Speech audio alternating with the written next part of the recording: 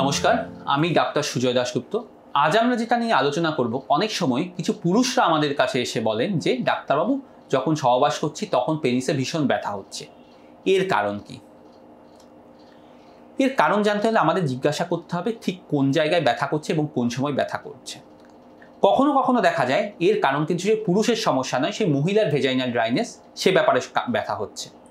সেটা আমাদের দেখতে হবে কী কারণে ব্যথা হচ্ছে, সেই মহিলাকে আমাদের ট্রিটমেন্ট দিতে হবে। কিন্তু অবশ্যই যে কোনো লুব্রিকেন্ট ইউজ করা যাবে না, কারণ বেশিরভাগ লুব্রিকেন্ট স্পামকে ড্যামেজ করে।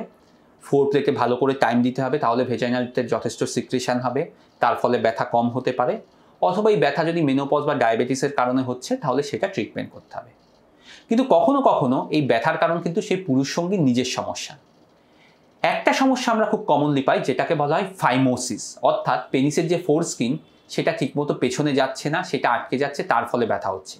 এটা কিন্তু একটা সিরিয়াস রোগ, কারণ তার ফলে কিন্তু কিডনি খারাপ হওয়া থেকে ইনফেকশন, অনেক বড় বড় রোগ হতে পারে। সেটা কিন্তু বেশিরভাগ ক্ষেত্রে অপারেশন করে ঠিক করে নেওয়া যায়।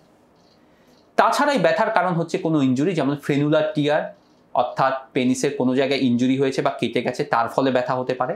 সেটা যদি হয়ে থাকে তাহলে সেটা কী কারণে হচ্ছে সেটা দেখা যেতে পারে। সেটা বেশিরভাগ ক্ষেত্রে কোনো ওষুধ বা মলম দিয়ে ঠিক করা যায়, কখনো কখনো সেটা অপারেশন করার দরকার হয়। তাছাড়া ব্যথার আরেকটা কারণ হচ্ছে পেনিসে কোনো ইনফেকশন, হারপিস বা এ ধরনের কোনো সেক্সুয়ালি ট্রান্সমিটেড ইনফেকশনের কারণে হতে পারে। সেই ইনফেকশনটা অ্যান্টিবায়োটিক দিলে কিন্তু ঠিক হয়ে যায়। অতএব যদি একজন পুরুষের সহবাসের সময় ব্যথা হয়, সেই ব্যথাটাকে অবহেলা করা যাবে না।